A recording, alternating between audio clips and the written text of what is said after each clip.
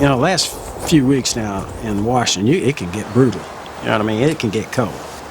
We're out there, and of course, what's a coach going to do? You're going to go out there and say, "I'm cold." You got to fake it.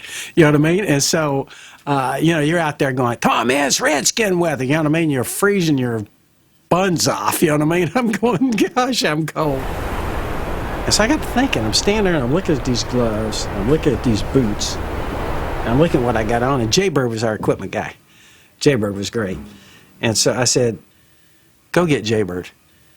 Okay, because Jaybird would run out there sometimes with this nothing but a short sleeve shirt on, but he'd run back in too. You know what I mean? He could always go, "I'm out there for 2 hours."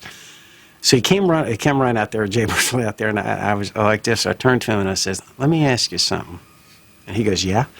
I said, "How much do these gloves cost?" He goes, he hem and hawed a little bit.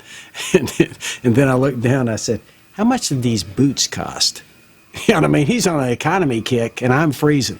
And he looks at the boots, and he goes, he goes to say it like that.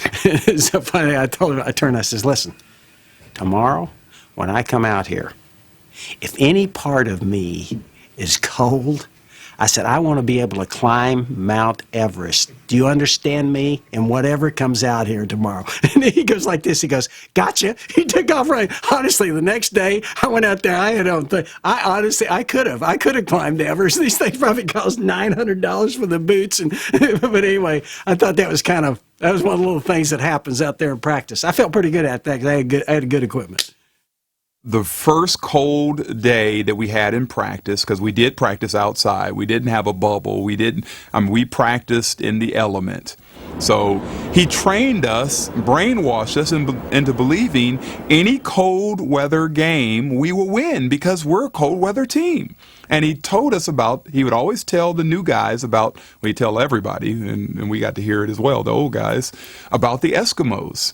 And the fact that when they were building the pipeline through Alaska, the Eskimos were more efficient building the pipeline. They could work longer hours and just were more efficient building the pipeline. He said, "Why do you think that was?"